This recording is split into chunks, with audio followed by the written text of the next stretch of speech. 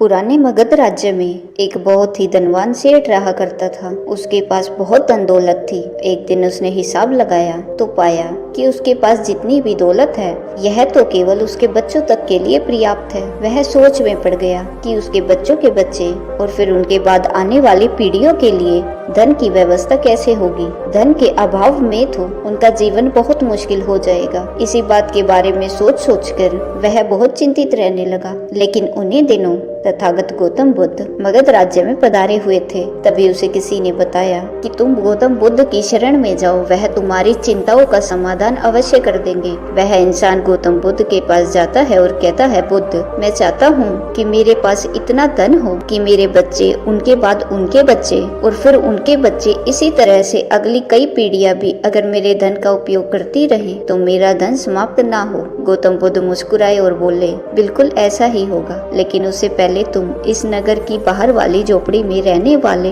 परिवार को एक दिन के खाने की सामग्री देकर आओ। यह सुन वह सेठ बहुत खुश हो गया और तुरंत ही एक दिन के खाने की सामग्री से भरा थैला लेकर नगर की बाहर वाली कुटिया में पहुंच गया। वह जैसे ही कुटिया के अंदर गया तो उसने देखा कि कुटिया के अंदर एक बूढ़ी सास और उसकी जवान बहू है। बूढ़ी औरत बैठकर ध्यान कर रही थी और उसकी बहू रसोई में खाना बना रही थी। सेठ ने बहू की तरफ देखकर खाने की सामग्री का थैला आगे बढ़ाते हुए कहा, मैं इस नगर का एक अमीर सेठ हूँ और तुम्हारे परिवार के लिए एक दिन के खाने का राशन लेकर आया हूँ, इसे रख लो। यह सुन बहू ने मना करते हुए कहा, लेकिन हमारे पास आज के खाने की व्यवस्था है। सेठ ने कहा, तो इससे कल के खाने की व्यवस्था हो जाएगी। उस औरत ने कहा, माफ करें, लेकिन हम अगले दिन के लिए भी इकट्ठा करके नहीं रखते। हम रोज के खाने की व्यवस्था रोज ही करते हैं। यह सुन उस सेठ ने सोचा कि एक ये लोग हैं जो अपने कल के लिए भी इकट्ठा नहीं करते और एक मैं हूँ जो अपने आने वाली कई पीढ़ियों के लिए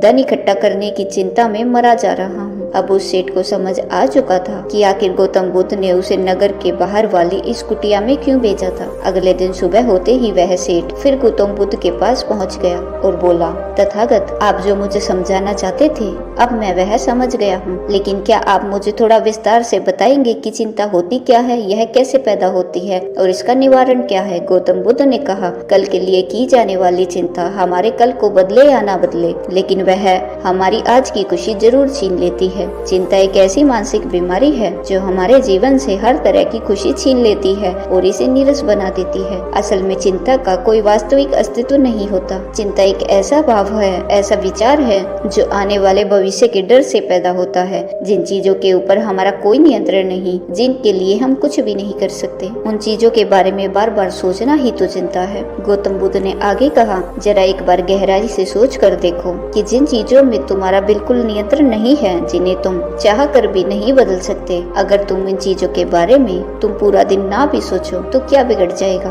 यह सुन उस इंसान ने कहा, बुद्ध, तो क्या आपके कहने का अर्थ यह है कि हम किसी भी चीज या घटना के बारे में सोचना ही छोड़ दें। बुद्ध ने कहा, जीवन में जो भी समस्या आई है या फिर आने वाली है उसके बारे में विचार करके उसका समाधान निकालना, यह तो हमारी बुद्धि का धर्म है, लेकिन उसी समस्या के बारे में निरंतर लगातार बार बार सोचना यह एक मानसिक बीमारी है। जब हमारा दिमाग किसी एक घटना, किसी एक विचार में अटक कर रह जाता है, उसे एक चीज या घटना के बारे में पूरा दिन सोचता रहता है, बस उसी चीज में ठहर कर रह जाता है, तो ऐसा विचार हमारे जीवन से सारी खुशी, सारा चैन, सारा आनंद छीन लेता है। चिंता करने का सीधा सा अर्थ है कि जो हमारे जीवन में हुआ ही नहीं उसके बारे में व्यर्थ ही सोचते रहना। बुद्ध ने सेठ की तरफ इशारा करते हुए कहा, आखिर सोच सोच कर तुम क्या बदल लोगे, लेकिन हाँ, अगर तुम उसके लिए कुछ कर रहे हो तो जरूर कुछ बदलाव ला सकते हो, लेकिन अगर उस चीज या घटना के बारे में तुम बार बार सोचना छोड़ दोगे तो कुछ भी नहीं बिगड़ने वाला। तो क्यों सोचते रहते हो एक ही बात के बारे में, क्यों अपनी हर खुशी और जीवन की शांति को अपने ही हाथों उजाड़ रहे हो। लोग भविष्य की जिन घटनाओं के बारे में सोच सोच कर परेशान होते रहते हैं, उनमें से ज्यादातर घटनाएं तो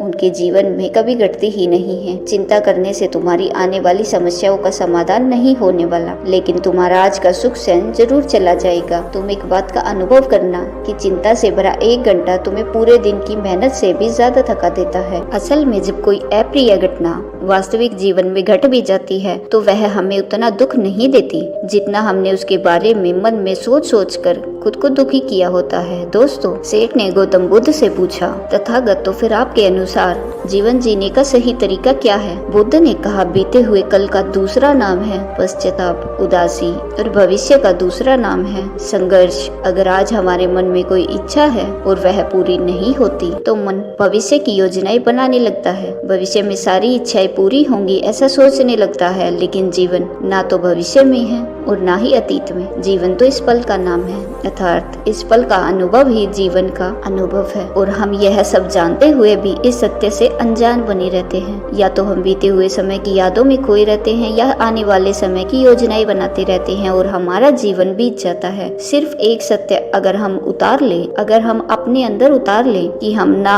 बीते हुए कल को बदल सकते हैं और ना ही हम आने वाले भविष्य को देख सकते हैं। हम तो केवल पूरे धैर्य और साहस के साथ भविष्य का स्वागत कर सकते हैं, उसे स्वीकार कर सकते हैं। तो क्या ऐसा करने से हमारे जीवन का हर क्षण जीवन से नहीं भर जाएगा? सेठ ने कहा, बुद्ध, बात तो आप ठीक ही कह रहे हैं, लेकिन कितनी भी कोशिश कर लूं, चिंता तो होती ही है। ज्यादा नहीं तो घर परिवार की चिंता तो रहती ही है। बुद्ध ने कहा, चिंता होना तो स्वाभाविक है, लेकिन उस चिंता को चिंतन में बदलना हमारा काम है। चलो तुम्हें एक बात स्मरण कराता हूँ जो तुम पहले से ही जानते हो। तुम्हारे आने से पहले भी यह संसार था, यह समाज था, परिवार था, और जब तुम इस दुनिया से चले जाओगे तब भी यह सब कुछ रहेगा। तुम्हारे आने और जाने से इसमें कुछ ज्यादा बदलाव नहीं आएगा। वैसे भी तुम्हारे आने से पूर्व और जाने के बाद का समय तुम्हारे हाथ में है ही नहीं। तुम्हारे हाथ में है केवल वो समय जिसे तुम अभी जी रहे हो, वह समय जिसमें मैं अभी तुमसे बात कर रहा हूँ, तुम मुझे सुन रहे हो। बस यही तुम्हारे हाथ में है और हर बार तुम्हारे हाथ में बस इतना छोटा सा ही एक पल आता है और फिर वह हमेशा के लिए गायब हो जाता है। तो तुम इस पल का क्या करोगे? चिंता करके इसे बर्बाद करोगे? मैं तो यही कहूँगा कि हर इंसान को चिंतन करना चाहिए। चिंतन करना चाहिए इस बात का कि कैसे इस समय का अधिक से अधिक उपयोग किया जा सकता है, कैसे अधिक से अधिक महान कार्य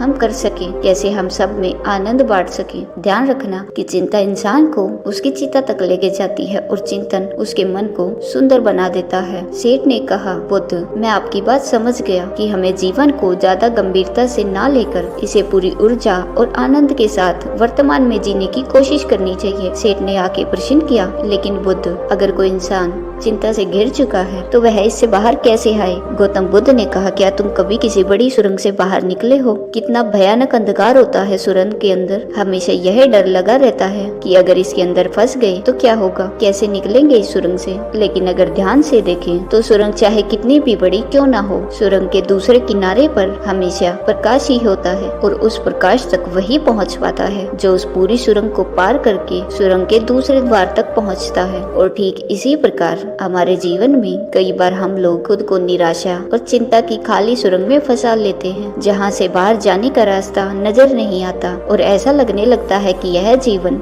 ऐसे ही समाप्त हो जाएगा। लेकिन ऐसी परिस्थिति में ठीक उस सुरंग की बाती इस निराशा और चिंता को समाप्त करने वाला आशा का प्रकाश उसे ही मिलता है जो निरंतर आगे बढ़ता रहता है, जो लगातार प्रयत्न करता रहता है। इसीलिए अगर तुम्हारे जीवन में कभी भी उदासी और चिंता का पल आए तो रुकना मत, बस लगातार प्रयास करते रहना, तुम्हें सफलता अवश्य मिलेगी। अब तक सेठ गौतम बुद्ध की बातें समझ चुका था। उसने बुद्ध का धन्यवाद किया और वहाँ से चला गया। लेकिन उससे पहले दोस्तों कि मैं इस वीडियो को समाप्त करूं, मैं आपके साथ 5 ऐसे प्रैक्टिकल टिप्स शेयर करना चाहती हूं जिनका इस्तेमाल करके आप अपनी लाइफ में आने वाले बहुत सी चिंताओं और परेशानियों को काफी हद तक कम कर सकते हैं। तो जो पहली सीख है वह यह है कि जीवन को ज्यादा गंभीरता से लेना छोड़ दें कि यह हो गया तो क्या होगा, वह हो गया तो क्या होगा। कुछ भी नहीं होगा। अगर कुछ हो भी गया तो आप उस परिस्थिति के अनुसार कोई न कोई रास्ता निकाल ही लोगे। इस पृथ्वी को ब्रह्मांड में बने हुए 450 करोड़ वर्ष पूरे हो चुके हैं और अगर आप और मुझ जैसा कोई भी इंसान 100 साल चिंता करके चला भी जाता है तो इसमें इस ब्रह्मांड का कुछ भी नहीं बिगड़ने वाला। इसीलिए हर रोज खुद से यह बोलिए कि मुझे सिर्फ जिंदा नहीं रहना बल्कि जीना भी है। दूसरी सीख यह है कि हर छोटी छोटी बात के लिए चिंता करना छोड़ दे, जैसे ट्रैफिक में फंसने की चिंता। चिंता कोई छोटा मोटा पैसे का लॉस हो गया उसकी चिंता, आज ठंडा खाना खाना पड़ेगा इसकी चिंता, और ना जाने ऐसी कितनी फिजूल की चिंताएं हम अपने मन मस्तिष्क में लेकर ढोते रहते हैं। जरा एक बार सोच के देखिए कि जिस दिन आप अपनी आखिरी सांसें गिन रहे होंगे कि तब भी यह सारी परेशानियां आपको उतनी ही बड़ी लगेंगी जितनी आज लग रही हैं, नहीं ना? तब उस दिन यह सारी परेशानियां जो कि आज आपको पहाड़ जैसी लग रही हैं, एक छोटे से रेत के कण से भी छोटी लगेंगी। इसीलिए हर छोटी बात के लिए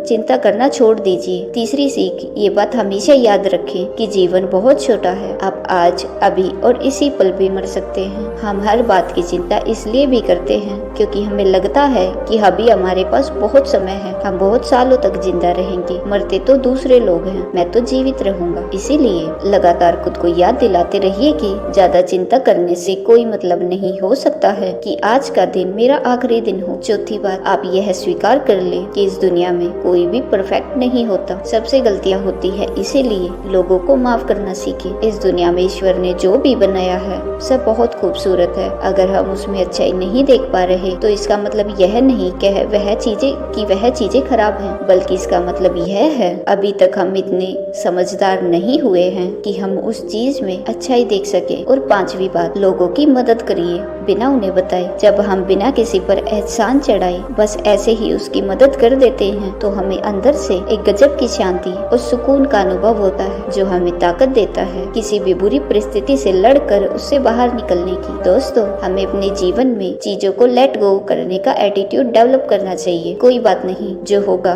देखा जाएगा। कोई बात नहीं, जो हो चुका उसमें मेरा कंट्रोल नहीं था, अब जो होगा उसे मैं बेहतर बनाऊंगा। जीवन में सबसे ज्यादा मायने रखती है हमारी खुशी, और हम तभी खुश रहेंगे जब हमारे दिल और दिमाग में चिंताओं का बोझ ना हो। इसीलिए चिंता छोड़ें, सुख से जिए।